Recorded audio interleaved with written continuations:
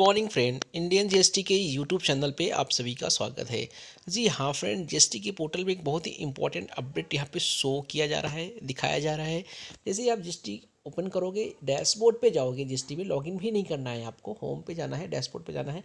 तो यहाँ पे आप नीचे देख सकते हो, रेड में एक चीज़ लिखी हुई आ रही है, attention functionality to opt in for composition has been made available for the FY 2022 in the dashboard of the taxpayer at composition portal, common portal. The eligible taxpayer who wish to avail the composition scheme may opt in for compositions up to 31st March 2021।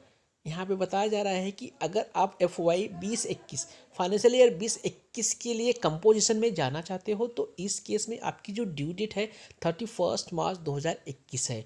मतलब 31 मार्च 2021 तक आप अपना composition scheme में जा सकते हो, composition scheme को select कर सकते हो। अगर आप फाइनेंशियल ईयर 2021 के लिए कंपोजिशन स्कीम में जाना चाहते हो तो आपकी ड्यू डेट 31 मार्च 2021 है, आप वहाँ पे जा सकते हो। तो फ्रेंड, अगर आप कंपोजिशन स्कीम की क्राइटेरिया को फुलफिल करते हो, जो कंपोजिशन स्कीम की क्राइटेरिया बताई गई है उसे अगर आप फुलफिल करते हो तो आप फाइनेंशियल ईयर 2021 के लिए अपना सिलेक्शन यहाँ पे कर सकते हो 31 मार्च 2021 तक। इसकी क्राइटेरिया क्या है दोस्तों? अगर आपको फुल डिटेल में वीडियो चाहिए कंपोजिशन स्कीम के बारे में तो कमेंट बॉक्स में बताइएगा, हम आप लोग लिए एक वीडियो यहाँ पे बना देंगे।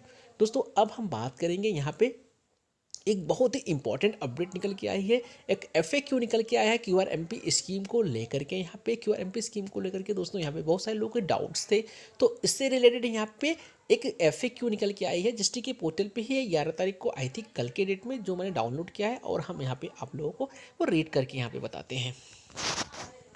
यहाँ पे आप देख सकते हो, frequently asked question and QRMP scheme. What is QRMP scheme, what are its benefit. क्या है QRMP स्कीम भैया? उन्होंने सीधे बताया क्वार्टरली रिटर्न, मंथली पेमेंट। ये क्वार्टरली रिटर्न आपको फाइल करनी है और मंथली पेमेंट करना है। इसका उन्होंने बताया कि बेनिफिट क्या है। ये एक स्मॉल टैक्स पेयर्स के लिए जिनका टर्नओवर अप टू 5 करोड़ है, जिनका टर्नओवर अप टू 5 करोड़ है, मतलब स्मॉल टैक्स पेयर के लिए वह क्या कर सकता है, अपना QRMP स्कीम यहाँ पे ऑप्ट कर सकता है। और ऑप्ट करने के बाद उनकी जो GSTR 1 और 3B होगी वह उन्हें क्वार्टरली फाइल करनी है, लेकिन पेमेंट उनको मंथली करनी पड़ेगी। तो उन्होंने यहाँ पे बता दिया।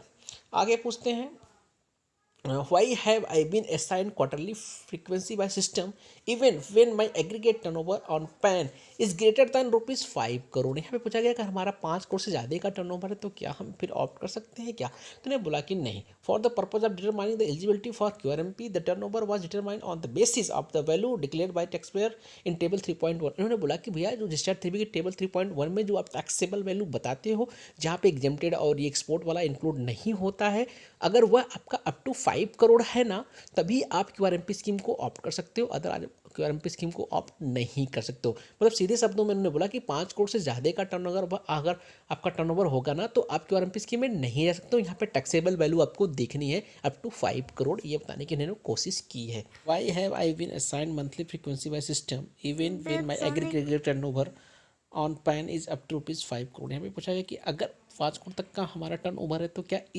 इन दैट केस हम QRMP स्कीम को ऑप्ट कर सकते हैं। तो at the time of assigned by the frequency by the system consider the aggregate turnover of the tax pair and filing status of form GSTR 3B for the month of October 20। If the said GSTR 3B was not filed till 30 November 20, the taxpayer was assigned to monthly frequency.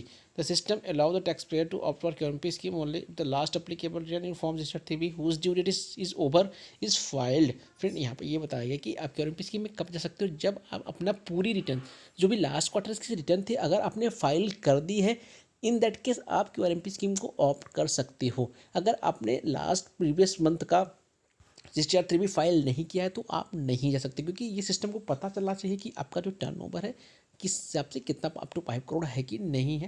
यहाँ पे इसका answer दिया गया है कि आप कब कर सकते हो। यहाँ पे देखो एग्जांपल भी दिया गया है कि if the tax payer is trying to opt for QRMP scheme और 23 2021 from quarter April to June. अगर आप अप्रैल टू जून के लिए QRMP स्कीम में जाना चाहते हो, ठीक है, 25 फरवरी 2021 को आप ऑप्ट करना चाहते हो अप्रैल टू जून के लिए QRMP स्कीम, तो यहाँ पे बोला गया onwards then it will be allowed only if the return in form GSTR 3B is file for the month of Jan 2021। मतलब अगर आप Jan 2021 का रिटर्न फाइल नहीं करते हो, आप सोचो कि हम QRMP स्कीम ऑप्ट कर ले, तो आप नहीं कर पाओगे।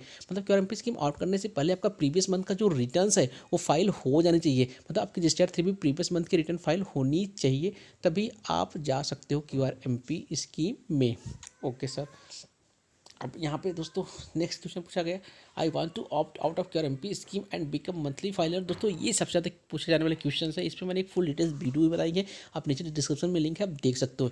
यहाँ पे लोगों का ये क्वेश्चन है कि सर अगर जैन टू मार्च के लिए बहुत सारे लोगों ने क्या किया, QRMP स्कीम ऑप्ट ही नहीं किया, लेकिन सिस्टम ने ऑटोमेटिकली उनको QRMP या मंथली में शिफ्ट कर देते हैं। पूछा रहा कि भैया जैन टू मार्च के लिए हम क्वार्टरली में जा चुके हैं, मतलब QRMP स्कीम में जा चुके हैं, अब हमसे बाहर आना चाहते हैं तो क्या आ सकते हैं।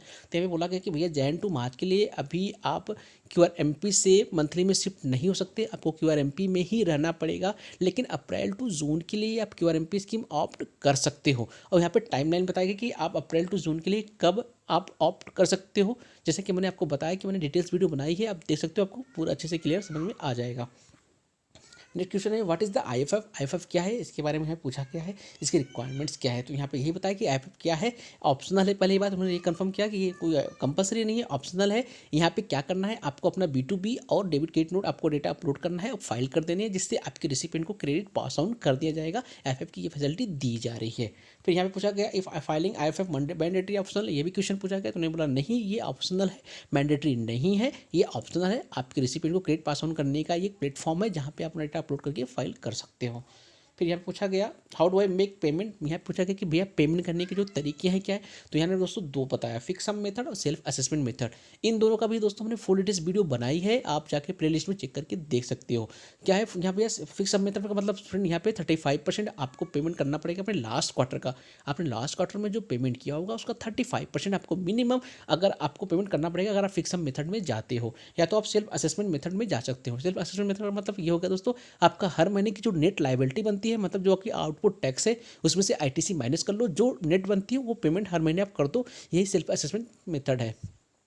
नेक्स्ट क्वेश्चन दोस्तों यहाँ पे पूछा गया व्हाट इज फिक्सम मेथड क्या है। फिर यहाँ पे पूछा गया फिक्सम मेथड क्या है, 35% चालान क्या है। ये सब का फुल डिटेल्स वीडियो पड़ी हुई है, आप जाके वहाँ पे प्लेलिस्ट में देख सकते हो फ्रेंड। यहाँ पे तो मतलब यहाँ पे गवर्नमेंट ने हर एक चीज़ का यहाँ पे एग्जाम्पल भी देकर के बताया फिक्सम मेथड और सेल्फ असेसमेंट मेथड का, ये आप रीड कर सकते हो। तो फ्रेंड यहाँ पे अब इन्होंने ये भी पूछा कि क्या IFF में B2C हम डिक्लेयर कर सकते हैं। तो उन्होंने पहले बोल दिया कि IFF की जो फैसिलिटी दी जा रही है ओनली B2B और डेबिट क्रेडिट नोट आप डाल सकते हो, B2C आप नहीं डाल सकते। B2C आपको क्या डालना, GSTR 1 में ही डालना पड़ेगा। क्वार्टर एंडिंग होने के बाद जब आप रजिस्टर 1 फाइल करोगे तो वहाँ पे आपको B2C डालने को मिलेगा। फिर फ्रेंड यहाँ पे पूछा गया रिकन्सिलेशन कैसे करना है IFF रजिस्टर 1 का। तो इन्होंने बोला कि हाँ विथ क्वार्टरली रजिस्टर 3B, आप जैसे ही दोस्तों IFF में डालोगे डेटा ना, वो डेटा आपके ऑटोमेटिकली रजिस्टर 1 में चला जाएगा। ओनली आपको B2C की वहाँ पे इनवॉइस फीड करनी पड़ेगी और रिकन्साइल आपका हो जाएगा। फिर यहाँ पे ITC को लेकर के कि क्या फर्स्ट 2 मंथ में हम ITC कैसे यूटिलाइज करें, कैसे अवेल करें। QRMP स्कीम वालों ने क्वेश्चन पूछा, तो उन्होंने बोला कि आप जब QRMP स्कीम में रहोगे आपको फर्स्ट 2 महीने में आपको 3B फाइल नहीं करनी है। 3B हमेशा क्वार्टर एंडिंग होने के बाद आपको फाइल करनी है। तो आप अपनी पूरी ITC जब क्वार्टर एंडिंग होगा 3B फाइल करोगे तो वहाँ पर आप अवेल कर सकते हो, ये उन्होंने बता दिया। अब दोस्तों यहाँ पे उन्होंने ड्यू डेट बता दी है कि आप कब कब ऑप्ट कर सकते हो QRMP स्कीम को, कौन से क्वार्टर के लिए कौन से ड्यू डेट तक आप ऑप्ट कर सकते हो। तो आई होप फ्रेंड आपकी सारी डाउट यहाँ पे क्लियर हो गई होगी। ये आप जाकर के डाउनलोड भी कर सकते हो GST के पोर्टल पे, आप जा सकते हो। कल की डेट में ये यहाँ पे लॉन्च, मतलब कल की डेट में ये अवेलेबल करा दिया गया GST के पोर्टल पर, आप जाकर डाउनलोड कर सकते हो। और फ्रेंड प्लेलिस्ट में जाकर के सारा वीडियो चेक कर सकते हो। मिलते हैं दोस्त फिर एक नई वीडियो के साथ, तब तक के लिए जय हिंद जय भारत। अगर चैनल पर नए हो तो चैनल को बिल्कुल सब्सक्राइब करना मत भूलिएगा, बेल आइकॉन को भी प्रेस करके रखिएगा।